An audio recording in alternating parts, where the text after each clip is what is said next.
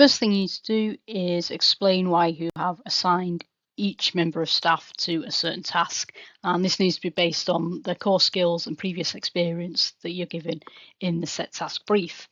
So for example, we've got Flavia here. We've assigned a module 4, which is data analysis, because it says in the brief that she's able to develop modules around data analysis, so it would make sense to assign her that task.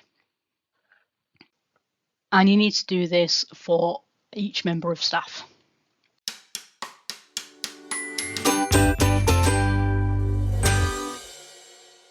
In these scenarios, you'll be given a choice of something. It might be a choice of server, a choice of cloud service, or in this case, it's a choice of software license.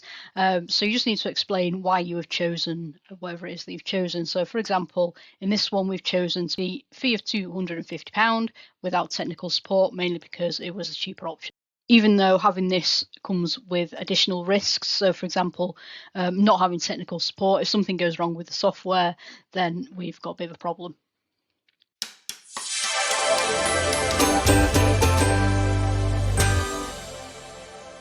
Now you have to explain your time frame. So you need to complete the project within whatever time frame you're given in the set task. So for example, this one needs to be completed in 19 weeks, which is 95 days. This particular plan is going to be completed in 88 days, about 17.5 weeks, and that now allows a week for contingency plans, such as a task taking longer than planned, if we find more faults than expected, or to compensate for staff sickness.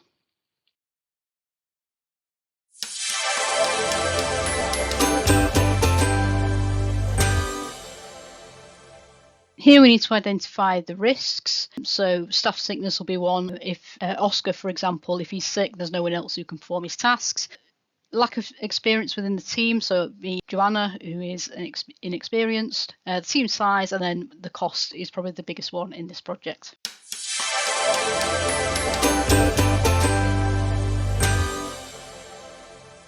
Then you need to explain if the project is profitable or not. Is the company going to make a profit? In this case, no, they're not. They're actually making a loss of nearly £15,000 over 3 years. So it would not be viable to actually proceed with the solution in that case.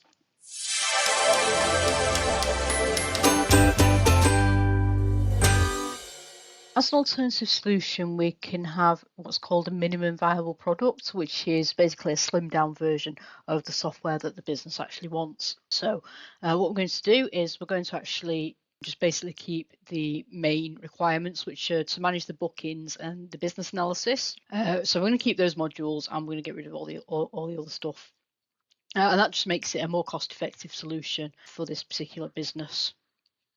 This is a revised version of the project plan with the revised costs and a new Gantt chart to reflect the use of the MVP solution.